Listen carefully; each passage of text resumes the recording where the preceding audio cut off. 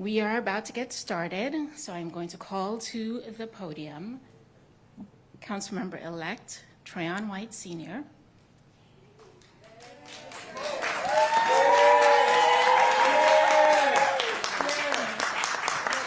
And then Councilmember Wendell Felder from my ward, Ward 7, is going to be administering the oath.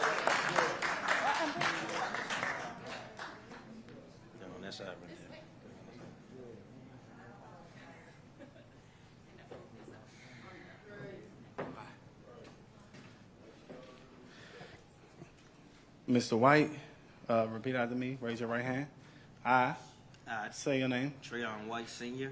Do solemnly swear Do solemnly swear that I will faithfully execute that I will faithfully execute the laws the laws of the United States of the United States of America and of the the District of Columbia, District of Columbia, and will, and will, to the best of my ability, to the best of my ability, preserve, preserve, protect, and defend defend the Constitution the Constitution of the United States of the United States and the District of Columbia and the District of Columbia, Home Rule Act, Home Rule Act, and will faithfully discharge and will faithfully discharge the duties the duties of the office of a member of the Council the Council of the District of Columbia, of the District of Columbia, which which I'm about to enter. I'm about to enter. Congratulations. Thank you, brother.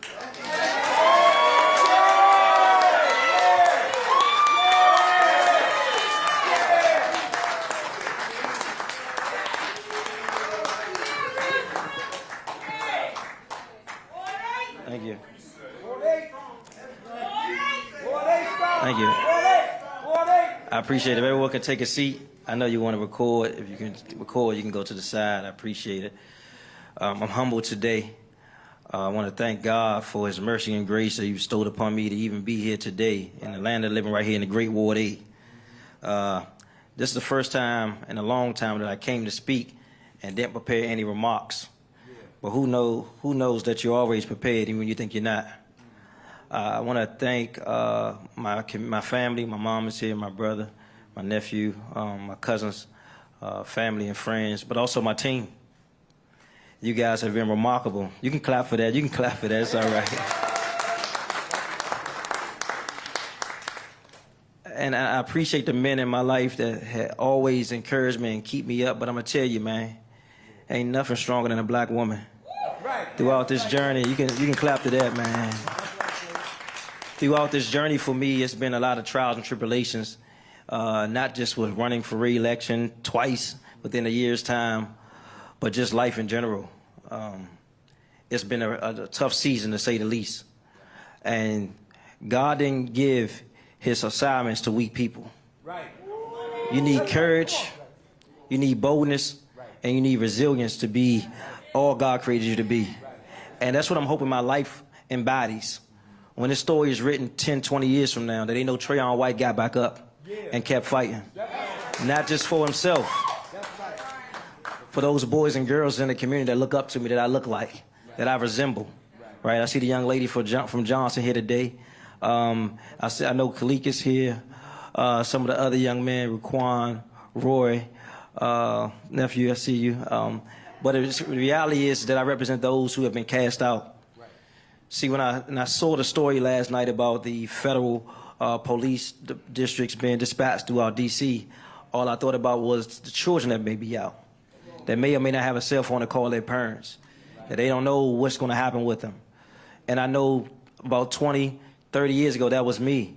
I grew up here on number 11 Boys and Girls Club across the street that's closed. What I know about growing up in this community, that we had a lot of resources. We did more when we had less. And while we in the conversation talking about building a new stadium, which I want the stadium, of course, but we also never forget to build on the people. And that means that we have to put all our resources to ensuring that we can build more Corys. Raise your hand, Corey, in the back. He called himself the kid president. You can't see him, but he in the room. And we want to make sure he have a bright future. See, yesterday was a unique day for me, or could be looked at a unique day for me, but it's an everyday journey. I started my day in this ward just trying to figure out how I can help somebody. Charles Morley, you know, when Murray Bird used to call us in the morning, we used to say, who can we help today? 7:30 in the morning. I'm half asleep. Who can we help today? And I started my day there like that yesterday, just trying to figure out who can I help. And there's always somebody helping this community. The day before yesterday, I'll tell this brief story.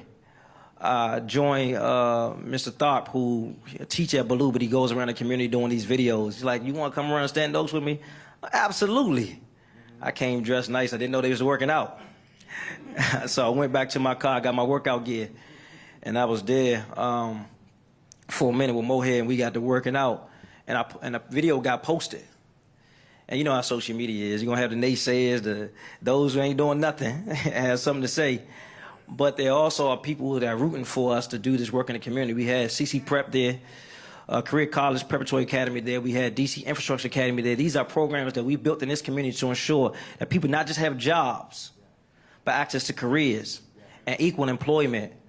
And they can be in position to have a high earning income in our community. And so from that, what you don't know is a young lady DM'd me. And I don't know wild stuff, but she was like, she basically said, you in a picture with a man talking about he want to help the kids, but he don't take care of his own kids. I was like, wow, I'm trying to figure out which one was that, you know? So I asked her which one. And when she said who it was, I know Monroe, that's not his character. So I called the brother. I said, hey, man, you know, this young lady called me. She said, you ain't taking care of your kids, man. You can't be around me, you don't take care of your kids. And he like, man, you know, you're going back and forth. But I realized we can't talk about what happened. We got to figure out what I can do in that moment so you reunite that young man and that young lady together, take care of that black boy in this community. And so that was the day before yesterday. Yesterday, I got off work, allegedly got off work. And I rode to pick the baby up. Now, this ain't my baby. I never been around this baby. I ran home, got the car seat, and I reunited that baby with his dad. That young man burst out in tears in that community. And that's what we embody each and every day. It's beyond the titles. Because God gave us each a role and responsibility to play in our community. And our community should be better if we were born here or we live here. We got a role to play, and it's not about the council member. It's not about the mayor. It's not about the ANC members. It's not about elected officials. The arm don't do what the leg do. The heart don't do what the foot do. We all play a role in ensuring that we can make Ward 8 reach its maximum potential. And so when I did that, I felt the joy of being available to serve today. Right? This morning, what Boogie? Boogie, raise your hand, Boogie. I got a text from Boogie this morning saying Miss Johnson, that's her name, Miss Johnson was having trouble getting housing. And I had a lot going on this morning. I said, man, I got you. By the time I called her, he had already called her. But what I didn't know was that Miss Johnson was 65 years old. And she was told by DC Housing Authority they was going to take her voucher. And she didn't know what to do. So I got on the phone with Mr. Tony from DC Housing Authority this morning trying to figure out our issue. And while it's not resolved, I'm committed to ensuring that we are not leaving our senior citizens behind right here in the Great Ward 8. That's right. While we talking about building stadiums and something where we can play sports, we got to make sure those who look like us and pave the way in this community got a place to stay right here across the district, not just in Ward 8, but across Washington, D.C. That's what Trayon White embodies. Right. And just yesterday, I got another call. You know how it goes. I was actually on St. Elizabeth campus, and I saw a lady named Miss Teresa. She didn't see me. I saw her first. And I beeped the horn. She couldn't see. I got tinted windows. Don't pull me over because I got tint. You know what y'all do around here. And I had tinted windows, so I rolled my window down. She broke down. She started crying. She hugged me. And I'm short, so when she hugged me, she didn't, swallow me up. And she's like, I've been praying for you. She said, you go to my door in that building, you're going to see your pictures all over my door. And I felt my phone vibrating in my pocket. When I got to my phone, I realized I was getting a call from Fat Todd from around the Glen. Around One Deuce. He got bit by a dog. My job was just right here. So what did I do? I rode around the corner to Cedar Hill Hospital trying to figure out what's going on with Fat Todd. And when I got to the hospital, I saw some of the conditions our people are in when it comes to their health. So I'm coming back to this council, and the title of this particular run was called Unfinished Business. While we got this big, nice, fancy hospital here, we want to make sure it's serving the people it's designed to serve. And I want to thank, my colleagues for getting involved in that fight, Mayor Bowser, especially thanks to Councilmember Vincent Gray, because he really carried the torch. And we're not an island amongst ourselves. And this has been a tough journey for me, but I've realized that with God, nothing is impossible. Because those are those nights that I didn't feel like it. And I didn't know what to do. And I remember Regina Pixley saying, council member, we're going to win this. We're going to fight. And I prayed and prayed. And I told God, if you want me to go forward, you're going to have to do something miraculous because I don't have the energy right now. And it's not just about keeping God first, but also about keeping those who share the same values and energy and prayer warriors in your circle, because that was important. I got a pops right here, Amelie Furcom. He's a Furby Hope. And he been struggling. You know, I ain't going to that, but he been struggling just to make it out the house. And we leaving the polls. He said, I'm on my way. I'm like, the polls closed at 7. Man, it's 6:35. Coming from Northwest D.C. Him and Ty pull up with the men. And it's about showing up, not just for me, but for our people. Because I know coming through the Boys and Girls Club, there were many men and women in our community that showed up for Trayon White. And that's what I embody. And I'm excited to be here today, but more excited that God ain't finished with me yet.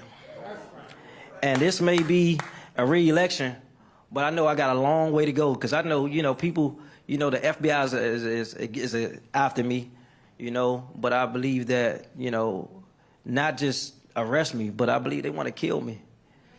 And I don't know if I should say this, but there was a meeting the other night that we had. And when I left that meeting, the next day I got a call from the person we had a meeting house at. And they said when we left the next day, the FBI knocked on their door. And so this tell you that this ain't nothing light. Thank you. I see you, Fred. And I think that fear, I was in this room, I believe, don't quote me, about 2017, 2018. I was in here with Dick Gregory. Y'all remember that? Dick Gregory said that fear and God cannot occupy the same space. You're going to have one or the other. And so my message to myself today, as I prayed for about 45 minutes, a little extra this morning, is that I mean something to somebody.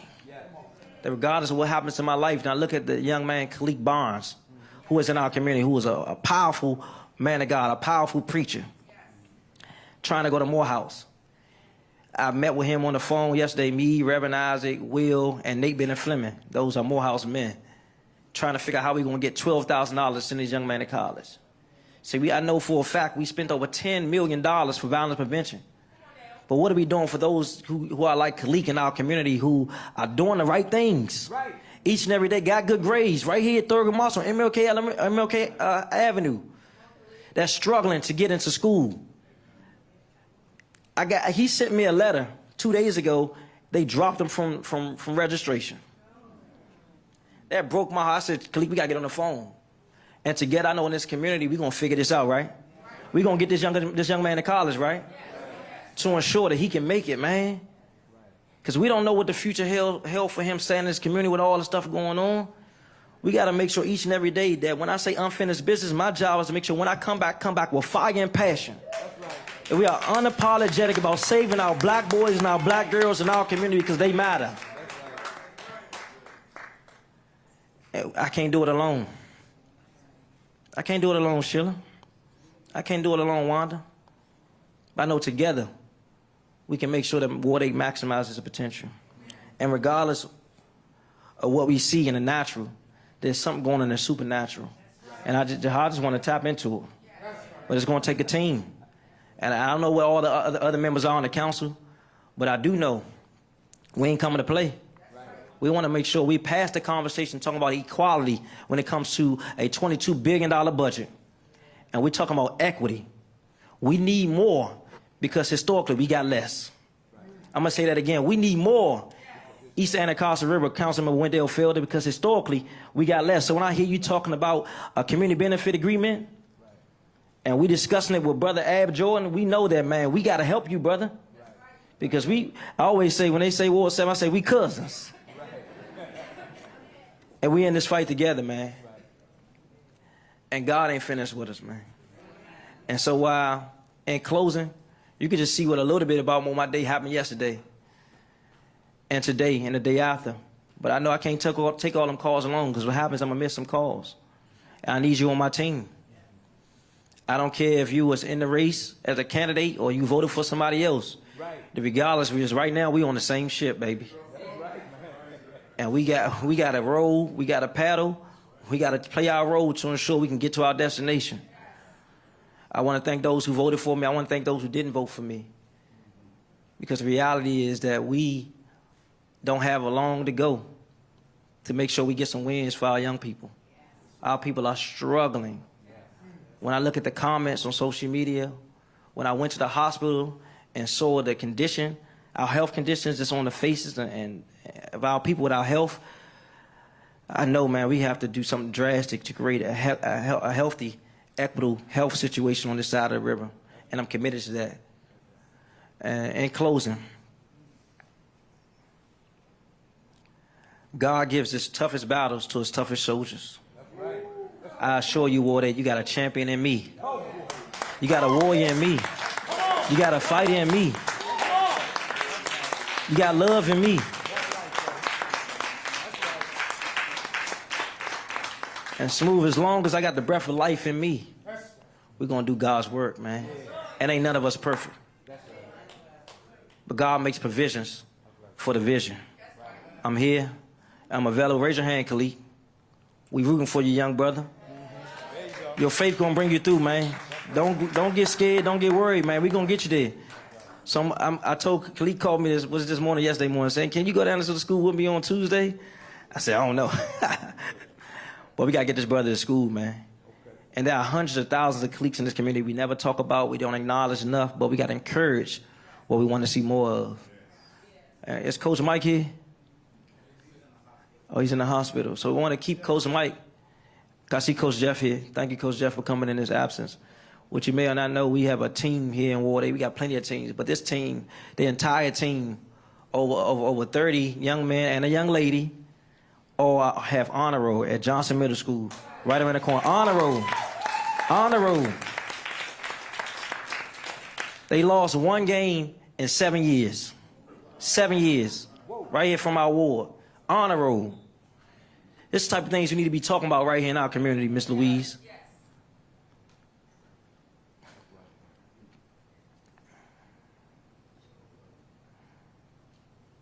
Our deepest fear is not that we are inadequate. Our deepest fear is we are powerful beyond measure. It is our light, not our darkness, that most frightens us. We ask ourselves, who am I to be gorgeous, talented, beautiful, fabulous?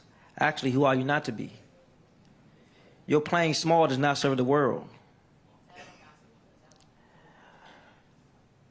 It is our light, not our darkness, that most frightens us. And as we let our light shine, we unconsciously give other people permission to do the same. Our deepest fear. I want to acknowledge Councilmember Brandon Tarr, who's here today. Give him a round of applause. I want to acknowledge our State Board of Education representative, Mr. LaJoy Law Johnson. Give her a round of applause. Our State Board member, Jock Patterson. Where's Jock? Dr. Patterson here. If you are an ANC commissioner, raise your hand. Our commissioners, thank you, Freya. Commissioner White. Salim Adolfo, thank you, Salim, for coming, man. We appreciate you, brother. We in this fight together, absolutely. We committed. We're committed. Can we say committed? Committed. Can we say committed? Committed. Thank you. In closing, I want to invite up Pastor Venable from Resurrection Church to close us out with a word of prayer. Come on now, brother. He's not a new minister. In fact, he used to be a teacher at Ballou Senior High School. But he's the new pastor of Resurrection Baptist Church right here on MLK. So I want you to close us out in prayer, brother. Yeah. Well, don't do it. Our insurance don't cover that. Before you pray, I just want to say thank you, guys. I've been really emotional. I just want to say thank you for all you've done for me. The prayers. Fahim, man, the wisdom, encouragement. Mama T, just it's unthinkable. When you're in a time like this, you need support, man. And you guys have been amazing, and I don't take it lightly. Thank you, and God bless.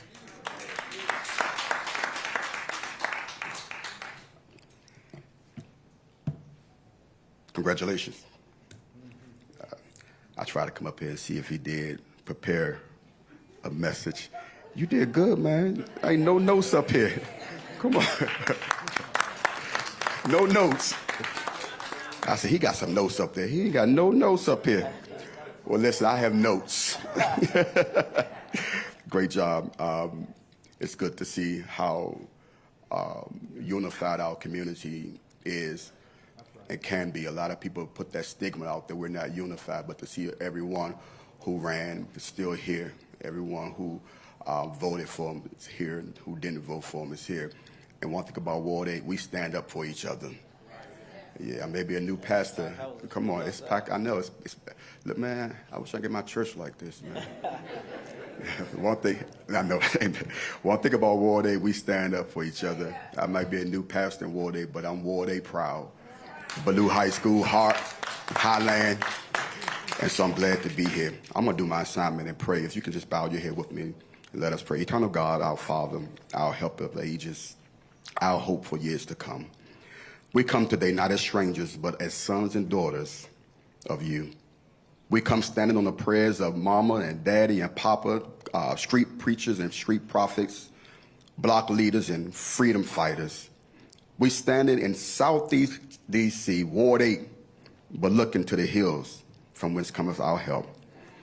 God, we thank you for this moment. This is more than politics. This is purpose. More than just a ceremony, but this is a calling. You have placed your hand on a son of Ward 8 D.C. You've graced him to do it one more time. You favored him to finish. A man that's not disconnected from the people, but developed for purpose and on purpose. Thank you for Councilman, not elect, Councilman Trayon White. Thank you for his journey through struggle and strength. Thank you that he didn't have to fake it to make it. That his roots run deep in Ward 8. That his hands stay open, his head stayed on you, and his heart stay on the people. Now, God, as he walked back into this office, anchor him now in integrity. Clothe him with compassion. Strengthen him for the long days and the sleepless nights. Give him wisdom right now beyond his years. Strategy beyond his experience. Give him a circle that's just not with him, but for him. Not just a circle, but they're in his corner. They will protect him. Tell him when he's right. They will tell him when he's wrong. But more than anything, they'll tell him the truth. Make his office a safe place for the unheard. Make his leadership a lighthouse in the storm. Make his name not just known, but a name that is trusted. God, guide him, and guard him from being burnt out, from being overwhelmed. Shield him from being sabotaged. Cover his family, the first family of Ward 8. Cover his mind. Cover his soul. And every person that's connected and assigned to him, cover them all as they walk into this new season. Now, God, we speak peace. Peace over every room that he'll enter. Go before him. Favor over every vote that he'll cast. And protection from every plan that the enemy has before him. We counsel anything that was sent by anything or anybody but you. Now let his leadership echo through generations. Let the youth see hope in him again. Let the city feel shifted by his presence. And let heaven be glorified through his service. This is our prayer, God. We only ask you this because we know you can do it. If you couldn't do it, we wouldn't ask you, Father, but we know you can do all things. And we seal it in faith in the name of the one who created us all. Amen.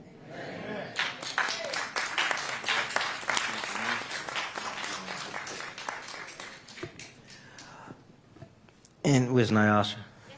Yes.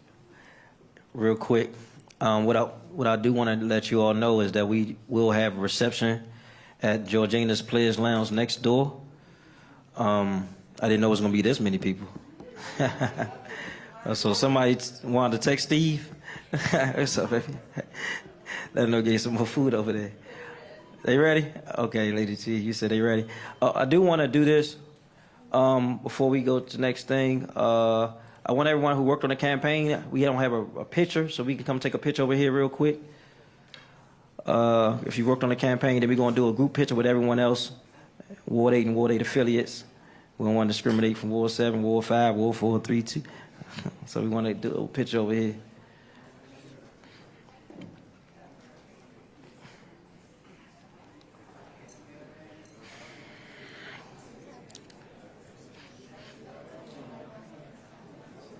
Miracle? Yeah, I'm waiting for you all to get organized. I got you, brother. I got you. Yeah, yes.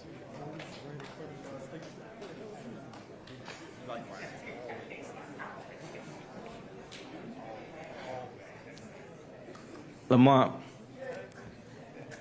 This Lamont and this little Lamont. What y'all don't know is this is my cousin, man. He called me, said he got a suit for me.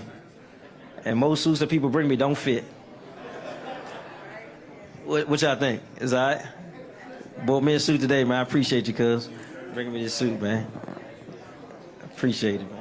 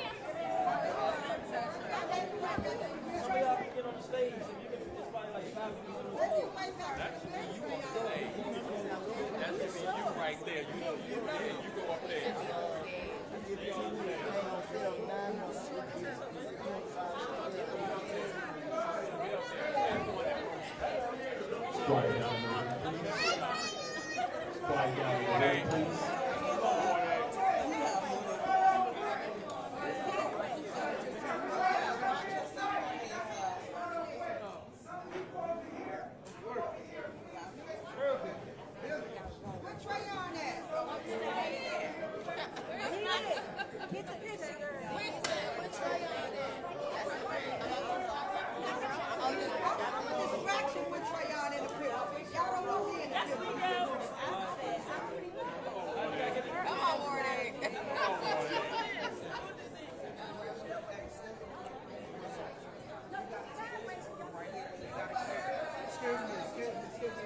right here got it clear. You have to clear because we're taking the photo here.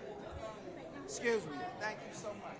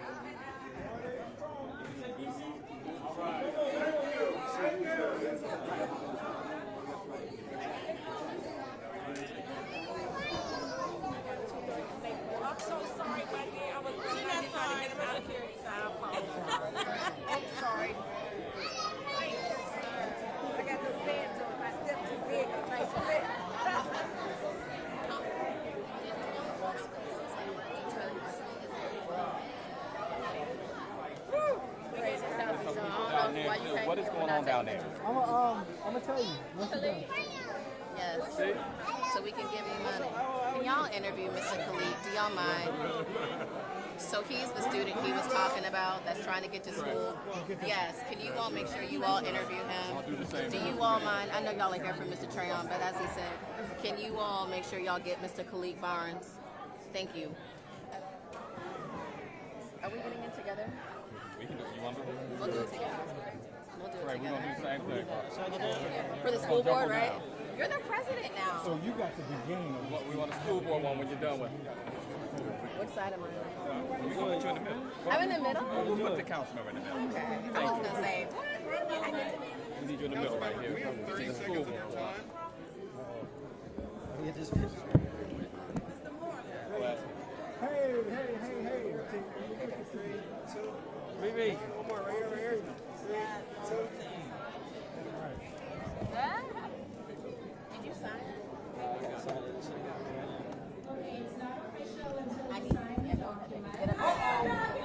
Sign that document, change. Sign that document. I didn't sign it. Right, you need to sign the document. Check 1, 2, 1, 2. Official. It's official. All right. Check 1, 2, 1, 2, 1, 2. It's I official. got caught up. It's official. It's official. Yeah. Whoa! It's back.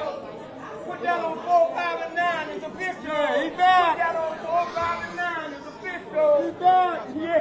He's back. That's right. Be real quick. Put that on 4, 5, and 9. It's official. Back with that fire. It's official. Councilmember, what's your message to people who, in the midst of everything that's gone on, suggest that perhaps it should have been someone else taking this office today? What kind of question is that? Next question. Man. I want to see us got sworn in. We're not talking about what could have happened. It happened. Right. What's your That's right. Happened to Trump, man. Happened to you. I think we had one of the strongest budgets in the city for the last 20 years. We are fiscally responsible. We have a AAA bond rating. We've shown that we can be responsible with our funds. We don't need federal interference. In fact, we don't support Washington, D.C. and the progress we made over the last 4 decades. That's what About new finance, though, he talks about, we gotta get some better, the city has to be better than new finance. most cities have youth violence. We've made some tremendous strides. The system of violence interrupters in the back of the front. We can make progress in that. I think that we've started a path that can help us decrease violence in youth, but we gotta have a greater investment, not a divestment. If they gave us that $1 billion back that we need, right? It's up to invest to our young people that get them job opportunities, after school programs, and pathway to the middle class. No comment. To your message to Donald Trump. We mad at DC. We want to exercise our own democracy. We are citizens of the United States of America just like anyone else. And we want to make sure that the mayor is heard, the council is heard, to make sure we have an equitable voice as citizens of the United States of America. Councilmember, you talked about RFK Stadium, but you also said it's important that investments are made in your community. Over the next couple of weeks before the vote, is there anything you want to see the council add to that bill? Yes, I think we need more amendments to ensure that residents who have traditionally been left out of equations to come to economic empowerment get those benefits through the CBA agreement. I will be meeting with Councilman Wendell Field and his team to ensure that we can get that passed with amendments on the 17th of August. September. Without those amendments, would you be inclined to vote against it? I have a comment. We gotta get down there and put the work in. Councilmember, you mentioned the VI program and some concerns you had. What do you think it's wrong with it? I think we need more resources. I think we need more wraparound services. We need more workers. We need to have a layer of youth working too. The greatest influence on a young person is another young person. We have a lot of adults working, but we got to empower youth. Like Ruquan Brown, this young man is graduated from Harvard University. Just came back to D.C. We should empower those who come back to the city to be a part of the solution. They have the brain, they have the intelligence, they have the resources, and they know what's going on a daily basis. Adults need to fund it to make sure they got what they need. What are your thoughts about Janine Pirro's efforts or suggestion to revoke those bills that are helping youth get out of jail? I think that once you pay your debt to society, you should have a part of redemption to be able to be an asset to your community. If you already went to jail for whatever offense it is, you should come back and live a normal life like regular citizens. What I'm finding is too many people who come back home are having a hard time, one, finding a job, finding a place to live, just trying to be a man or woman in our community again, especially those who got children. I think we got to over-resource those who are returning citizens to ensure, one, they can come home. Like my cousin, he gave me the suit today. He was locked up for putting a post on social media. He did 10 years. 10 years for a post on, 10 years for a post on social media.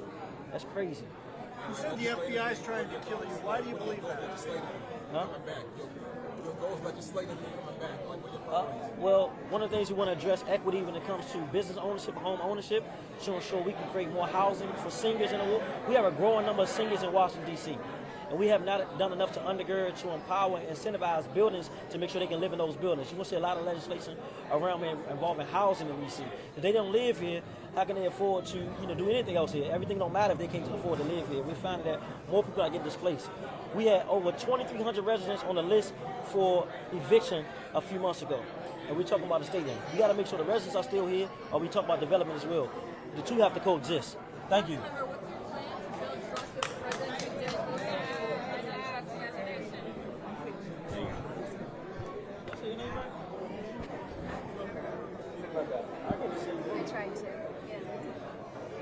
You guys asked earlier. I think you were there. Yeah, I was on the other side.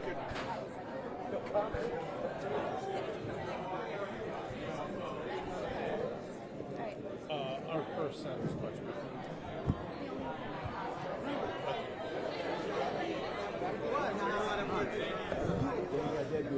They got that.